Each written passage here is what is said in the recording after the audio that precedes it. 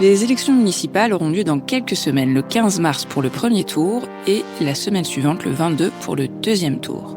Pour traiter ce sujet dans toutes ses dimensions, nous vous proposons une mini-série de 3 épisodes du podcast Time to Shift, le podcast qui éclaire sur les enjeux énergétiques et climatiques contemporains pour s'engager vers une économie et des territoires décarbonés. Après un premier épisode où nous avons pu dresser un panorama des enjeux énergie-climat des territoires et le rôle central des maires pour y faire face, nous poursuivons pour parler des implications locales de la mise en œuvre d'un plan de décarbonation national. En décembre 2025 est sorti le rapport Planifier la décarbonation par les ressources locales, coordonné par Jason Sagnès, coordonnateur de projet au Shift Project. Bonjour Jason, est-ce que tu peux nous expliquer le contexte de ce rapport ? Alors bonjour Caroline et merci pour l'invitation. Pour donner un petit peu de contexte, au Shift, on s'est lancé depuis le début de l'année 2025 dans un ambitieux travail pour essayer de construire des propositions et peser sur la prochaine élection présidentielle. Le travail que nous venons de publier constitue une brique du volet territoire de ce plan d'action. Nous l'avons bien entendu pensé également pour que nos conclusions puissent trouver leur place dans le débat public autour des municipales. L'enjeu est immense pour le climat, pour la résilience de nos territoires et pour notre souveraineté nationale. D'un côté, nos territoires sont aujourd'hui dépendants, pour leur prospérité, du pétrole et du gaz achetés aux grandes puissances fossiles voisines, comme la Russie ou les États-Unis, ou encore les pays du Moyen-Orient. Et en même temps, à chaque échelon territorial, tout le monde est à la manœuvre pour décarboner effectivement notre économie, tout en l'adaptant pour la rendre plus résiliente face au changement climatique. Si je résume, en France, on n'a pas de pétrole et on a des idées, mais pour décarboner, il s'agit aussi de regarder nos territoires autrement. C'est bien ça ? Pour décarboner notre pays au rythme attendu, tout en renforçant notre souveraineté, nous allons devoir collectivement compter sur des ressources locales clés qui constituent à la fois des pans de l'identité et des atouts de développement de nos territoires. L'eau, les sols, la biomasse agricole ou encore la biomasse forestière. La disponibilité de ces ressources va déterminer la capacité des territoires à assurer le remplacement des énergies fossiles importées par des énergies localement produites. Or, ces ressources, elles sont localement limitées, elles sont inégalement réparties, souvent déjà allouées à des usages non énergétiques, et leur disponibilité sera elle-même impactée par le changement climatique. Donc, comment est-ce que vous avez abordé ce sujet très vaste et complexe ? Alors, on a adopté ce prisme des ressources locales et des spécificités territoriales, comme la topographie, la démographie, les spécialisations économiques, les infrastructures, pour tenter d'éclairer la problématique centrale de la décarbonation à l'échelle locale, à travers plusieurs questions structurantes. On s'est demandé dans quelle mesure la décarbonation allait solliciter ces ressources locales, pour quels usages, quels territoires disposent de ces ressources, quels sont les risques de création de nouvelles tensions sur les équilibres existants, où est-ce que ces tensions risquent d'advenir ? À l'inverse, est-ce que certains territoires pouvaient apparaître comme des espaces d'opportunité ? Également prendre en compte les effets du changement climatique en instruisant la question des impacts sur la disponibilité de ces ressources-là. Et on a voulu regarder également comment on pouvait réduire ces risques de tension ou de conflit d'usage.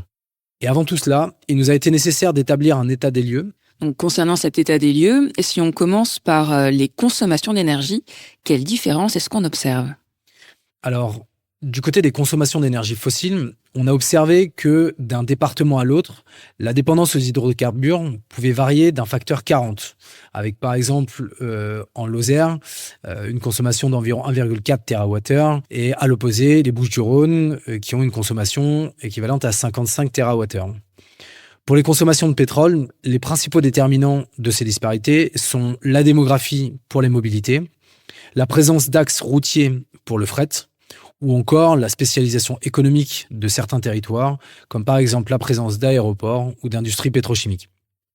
Les consommations de gaz sont principalement déterminées par la démographie et le climat local pour le chauffage, la présence d'industries agroalimentaires ou de chimie pour le secteur industriel, ou encore celle de centrales électriques qui tournent au gaz. Tous les territoires ne sont donc pas égaux face au choc énergétique, qu'il s'agisse de difficultés d'approvisionnement ou bien de fluctuations des prix. Ça fait de sacrées différences en termes de dépendance aux énergies fossiles.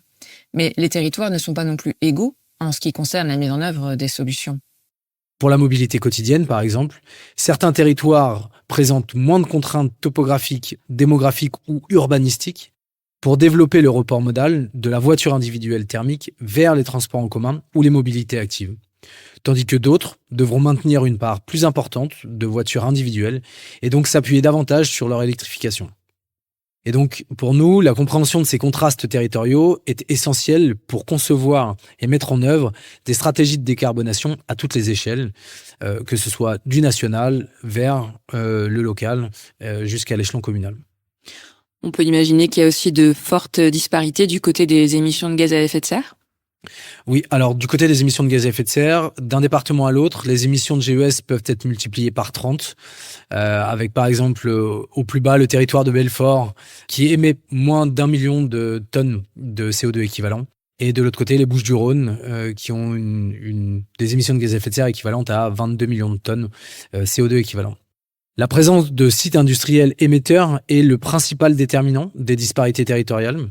Dans le département du Nord, par exemple, où se trouve l'usine sidérurgique d'ArcelorMittal, 54% des émissions sont liées à l'industrie. Il faut rappeler néanmoins que toutes ces émissions, elles sont au service de l'ensemble de la collectivité nationale. Et donc les acteurs locaux peuvent bien entendu agir sur les émissions issues de leur territoire, mais ils ne peuvent bien évidemment pas être tenus pour seuls responsables. D'accord, donc finalement, les territoires sont soumis à une double contrainte. D'un côté, de moins en moins de carburants fossiles, et de l'autre, des conséquences du changement climatique qui s'accentuent. Mais à part dans quelques cas, les territoires n'ont pas la main pour agir sur les causes structurelles de ces deux phénomènes, parce qu'aucun élu ne peut changer le climat, et que rares sont ceux qui possèdent des puits de pétrole. Comment faire pour sortir de ce dilemme? En effet, face à la double contrainte carbone, raréfaction progressive des énergies fossiles d'une part, intensification des effets du changement climatique d'autre part, la France et ses territoires n'ont pas d'autres alternatives que d'engager une transformation profonde des modèles énergétiques, économiques et également d'aménagement des espaces. Tous les secteurs dépendent de la production d'énergie décarbonée et plus généralement de l'accès aux ressources locales pour se décarboner. Décarboner les bâtiments repose également sur l'électricité, en remplaçant les chaudières au fioul et au gaz par des pompes à chaleur. Le recours résiduel au biométhane en substitution du gaz fossile reposera également sur de la biomasse agricole. Le développement du bois-énergie, notamment dans les chauffages collectifs, va accroître la consommation de bois. Et s'agissant de la construction ou de la rénovation, le recours croissant aux matériaux biosourcés, au premier rang desquels le bois, participera également à une augmentation de la demande en ressources forestières. Alors justement, tu évoquais tout à l'heure le poids du secteur industriel dans les besoins en énergie.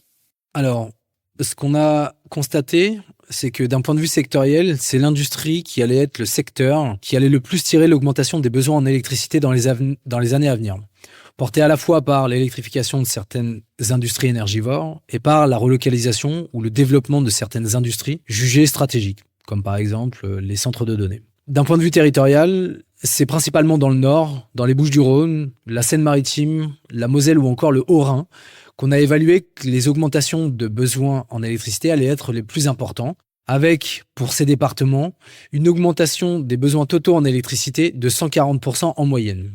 S'agissant spécifiquement des centres de données, on est actuellement dans une trajectoire d'augmentation drastique du recours à ces centres de données, notamment du fait du déploiement de l'intelligence artificielle.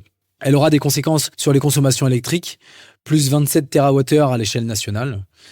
Et les territoires qu'on a estimés comme étant les plus concernés par ces projections d'augmentation des consommations électriques sont l'Île-de-France, les Bouches-du-Rhône, le Nord, la Gironde ou encore le Haut-Rhin. On a estimé que pour ces territoires, l'augmentation des besoins serait de l'ordre de 20% de leur consommation électrique totale et jusqu'à 50% dans l'Essonne et la Seine-Saint-Denis. Uniquement pour les centres de données? Uniquement pour les centres de données. Certains territoires devraient cumuler électrification et développement de l'industrie, électrification des véhicules particuliers et également électrification de certaines activités du fret. C'est le cas notamment du département industriel du Nord, des Bouches-du-Rhône, de la Seine-Maritime ou encore de la Moselle. Le cumul des nouveaux besoins en électricité pourrait atteindre par exemple jusqu'à 22,3 TWh en Seine-Maritime, soit l'équivalent de la production de près de 2 nouveaux EPR. Une telle évolution pose localement des défis majeurs pour le renforcement des infrastructures et la sécurisation de l'équilibre du réseau électrique, avec un risque élevé de conflit d'usage en cas de difficulté à y parvenir. Ok, donc du côté de l'électrification et de la hausse des besoins, les sujets sont très important dans certains départements en particulier, mais la France compte 88% de communes rurales sur lesquelles la forêt et l'agriculture dominent l'espace. Est-ce que la décarbonation de certains secteurs d'activité peut aussi influencer les ressources locales de ces territoires, notamment en ce qui concerne le bois? Alors, s'agissant de la biomasse forestière, à l'échelle nationale, le SGPE, le Secrétariat général à la planification écologique, a estimé l'augmentation des besoins en bois-énergie à environ plus 28% dès 2030 par rapport à 2021. Localement, cette augmentation des besoins, elle devrait être concentrée dans les zones urbaines pour les réseaux de chaleur, dans les territoires industriels pour les usages énergétiques dans l'industrie et plus diffuse pour le chauffage résiduel. Et sans recours à davantage d'importations, cette hausse prévue des usages énergétiques du bois devrait accentuer la concurrence avec son usage industriel et aussi renforcer la dépendance de certains territoires à une ressource dont ils disposent relativement peu. C'est le cas par exemple des départements comme les Bouches-du-Rhône, le Pas-de-Calais, le Nord, la Seine-Maritime et la Loire-Atlantique, qui consommaient en 2022 en moyenne 6 fois plus de bois-énergie qu'ils n'en produisent, soit 2 fois plus que la moyenne nationale. Et pour le reste de la biomasse agricole? S'agissant de la biomasse agricole, on a regardé entre autres les besoins nécessaires pour la production de biométhane ou encore de biocarburants. Pour les biocarburants, par exemple, aujourd'hui, on a 6,3% des carburants routiers utilisés en France qui sont des biocarburants d'origine conventionnelle, alors que le maximum réglementaire est de 7%. Et par ailleurs, on importe aujourd'hui les 2/3 des matières premières nécessaires à ces biocarburants. Alors nous, ce qu'on a regardé, c'était comment on pouvait faire pour atteindre le plafond réglementaire et relocaliser ce qu'on importe. Et on a estimé que cela impliquerait de mobiliser 7% de la surface agricole utilisée à l'échelle nationale, soit l'équivalent de 80% de toute la surface totale de la Bretagne. Ensuite, on a fait l'hypothèse d'une répartition de ces nouvelles cultures selon les lieux de culture actuels. Sans surprise, cette extension se concentrerait dans les zones de grande culture, situées sur un axe allant du nord des Vosges à l'embouchure de la Garonne. Et dans cette hypothèse, le développement de cultures dédiées aux biocarburants nécessiterait en moyenne 14% de la surface agricole utilisée, comme l'Eure-et-Loir ou encore la Marne, avec un maximum allant jusqu'à 17% pour le département de l'Yonne. Cet exemple montre que pour décarboner, il faudrait faire en sorte que certaines ressources soient davantage disponibles. Et ça implique des changements conséquents pour les territoires. Alors effectivement, pour tenter de juguler ou de limiter les tensions ou les conflits d'usage sur chacune de ces ressources, on a 2 choix possibles, avec des implications qui peuvent diverger fortement. On peut soit effectivement augmenter la disponibilité, ou bien contenir la hausse de la demande. Pour augmenter la disponibilité de la ressource, on a aussi 2 leviers. Augmenter la production à l'échelle nationale, ou bien on peut importer davantage. Et ce qu'on a constaté, c'est que miser sur une hausse de la production pour limiter les conflits d'usage pouvait se révéler une option complexe et potentiellement incertaine. En effet, si cela est envisageable pour la production d'électricité, à condition de garantir dans le temps une capacité de raccordement au bon rythme, cela suppose, pour la biomasse agricole ou forestière, une réorientation structurelle de certaines productions qui requiert du temps et une adaptation progressive. Du côté des importations, notamment pour la biomasse agricole ou forestière, cela maintiendrait notre dépendance à des pays étrangers et cela pourrait nous exposer à des risques d'approvisionnement. En particulier, dans un contexte de changement climatique où les productions pourraient être menacées, en tout cas pourraient être réduites, il n'existe à date aucune garantie que les exportations depuis ces pays soient maintenues au niveau actuel. Dans ce cas, si on ne peut pas, ou en tout cas si on ne peut pas compter sur le fait de produire plus, comment les territoires peuvent trouver des solutions en s'appuyant quand même sur leurs ressources? L'autre moyen de limiter les risques de tension que j'ai évoqué juste avant, c'est de tenter de contenir la demande. Et cela revient à appliquer les mêmes leviers que ceux qu'on décrit et qu'on souhaite mettre en place pour se décarboner, que sont l'efficacité énergétique, ou plus généralement l'efficacité matière, et la sobriété. Or, appliquer ces leviers n'aura pas les mêmes effets en fonction des territoires considérés et des spécificités territoriales de chacun d'entre eux. Si je prends l'exemple du report modal pour la mobilité quotidienne, on a évalué que le potentiel de report des distances parcourues actuellement en voiture pouvait varier de 25% à 50% selon les territoires. Dans les métropoles et les communautés urbaines, Cela pourrait représenter une économie totale de 7,4 TWh par rapport à un scénario d'électrification intégrale des distances qui sont actuellement parcourues en voiture thermique, soit l'équivalent de la consommation électrique annuelle de toute l'agriculture française. Dans le département du Nord, où le report de la voiture individuelle pour les trajets du quotidien atteint 40%, cette dynamique représenterait une économie d'environ 0,8 TWh d'électricité. Ces gains compenseraient par exemple les futurs besoins en électricité qu'on a estimés pour l'installation des nouveaux centres de données dans ce département. C'est un exemple intéressant qui montre qu'à l'échelle d'un territoire, on peut s'en sortir en contenant la demande en électricité à un niveau proche de celui d'aujourd'hui. Et il en va de même pour l'application des leviers de sobriété. Si je prends l'exemple de la sobriété foncière, la France s'est engagée en 2021 à atteindre l'objectif de zéro artificialisation nette à l'horizon 2050.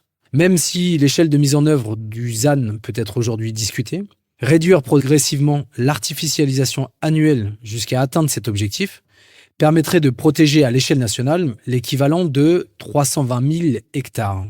Localement, c'est autant de marge de manœuvre pour planifier les projets, arbitrer entre activités économiques, logements et espaces naturels et limiter l'étalement urbain. Pour la Vendée, par exemple, on a estimé que 6 000 hectares pourraient ainsi être préservés grâce à de la sobriété foncière, soit l'équivalent des 2/3 des besoins qu'on avait estimés par ailleurs pour la relocalisation des productions de soja dans ce département. Est-ce qu'aujourd'hui un territoire qui voudrait s'engager dans une telle démarche peut réellement le faire? De quoi est-ce qu'il aurait besoin? Alors, fondamentalement, les collectivités n'ont pas attendu la publication de nos travaux pour se mettre en action. S'agissant des leviers d'efficacité ou de sobriété, nombreuses sont celles qui œuvrent déjà à la rénovation énergétique des bâtiments publics, voire des logements, au développement d'infrastructures de transport, que ce soit des transports en commun ou des pistes cyclables, pour décarboner la mobilité du quotidien, ou encore en appui à la décarbonation des industries sur leur territoire.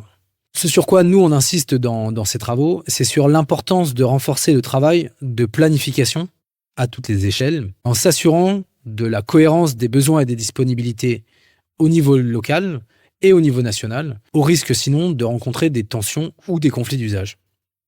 Et on l'a vu à travers l'exemple du transport dans le Nord ou de la sobriété foncière et des biocarburants en Vendée, les situations et les perspectives sont très variées d'un territoire à l'autre. Dans tout ça, comment tenir compte de toutes ces variations à une échelle collective? Dans tout cela, l'État doit fixer un cadre propice pour cette planification par les ressources locales. Ça commence par le fait de reconnaître le double rôle des territoires dans la transition climatique et énergétique de la France. C'est-à-dire à la fois mettre en œuvre concrètement des leviers de décarbonation et également mobiliser des ressources locales clés pour y parvenir, tout en renforçant notre souveraineté. Ensuite, il s'agit de reconnaître que chaque territoire va contribuer de manière différenciée dans chacun de ses rôles en fonction de ses caractéristiques propres et de définir un cadre de valorisation des contributions différenciées.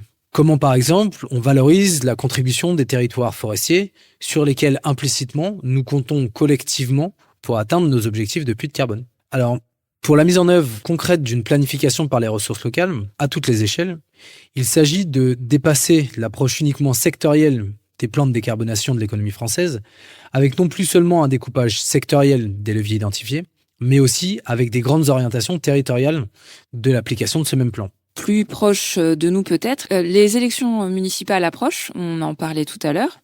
Au-delà de ces enjeux et du besoin de planification, est-ce que ce n'est pas aussi la manière de gérer les territoires qui doit faire sa transition?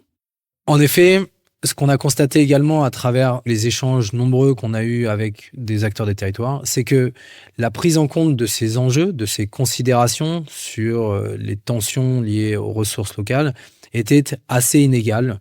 Et on pense que là-dessus, il y a un enjeu à renforcer les compétences et la culture commune, que ce soit des élus, des agents au sein des collectivités, mais également les agents de l'État, pour partager à la fois une vision, à la fois une méthode sur la planification de la décarbonation par les ressources locales. On pense qu'il s'agit d'intégrer dans les parcours de formation, initiale ou continue, pour les agents territoriaux, de nouvelles offres spécifiques croisant les thématiques sectorielles et les enjeux de planification systémique. Et donc finalement, comment une équipe municipale pourra-t-elle agir? Par quoi commencer? On pense qu'il s'agit de commencer par consolider le diagnostic. Pour ça, on peut établir un bilan des dépendances en ressources dont le territoire ne dispose pas, en indiquant si ces dépendances sont vis-à-vis de territoires voisins, de territoires nationaux, de territoires européens ou bien mondiaux. De renforcer dès à présent le cadre de coopération à toutes les échelles pour mutualiser des moyens d'action et anticiper les besoins futurs. Il s'agit aussi d'utiliser ce diagnostic pour concerter à l'échelle des territoires et mettre en débat avec toutes les parties prenantes du territoire les grandes orientations et aussi la priorisation des usages des ressources dont le territoire dispose. Une fois qu'on a fait ce diagnostic, il s'agit aussi de projeter son territoire en 2050 sur la base de ces grandes orientations, en identifiant du coup quelles seraient les augmentations des besoins de ces ressources-là, ou alors les potentielles baisses de la disponibilité de certaines de ces ressources. Et ensuite, il y a tout un travail d'articulation à mener avec les différents échelons, que ce soit territoriaux ou entre le territoire et le national.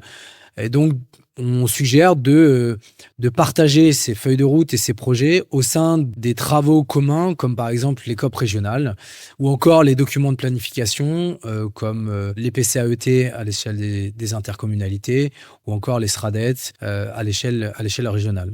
Qu'est-ce qu'une telle approche peut apporter à un territoire et à ceux qui y vivent ? Prendre en compte ces risques de tension ou de conflit d'usage sur les ressources, c'est pas simplement mener un exercice technique ou quantitatif. On considère que c'est un véritable choix stratégique pour le territoire qui doit s'inscrire du coup dans un projet de développement qui est à la fois désirable et partagé. Les orientations retenues vont engager profondément l'avenir du territoire, ses paysages, ses emplois et aussi ses modes de vie. Et donc, pour être soutenables dans la durée, ces choix doivent pouvoir faire sens collectivement. Ils doivent potentiellement pouvoir nourrir la fierté locale et renforcer le lien entre la population, les populations et leur environnement. Et en cela, la mobilisation des ressources au service de la transition peut devenir un puissant levier de renforcement de l'identité locale, à condition qu'elle soit pensée comme un projet territorial porteur de sens.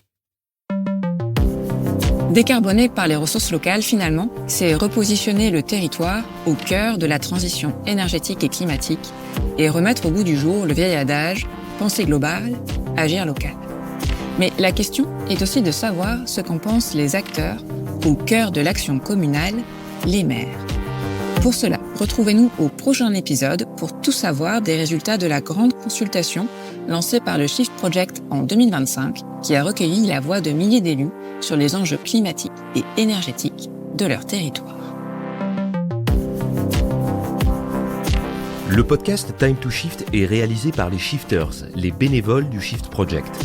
Ce think tank, dirigé par Mathieu Ozano et présidé par Jean-Marc Jancovici, a un objectif: faire progresser le débat et les actions pour une économie post-carbone. Un monde libéré des énergies fossiles et préservé du changement climatique.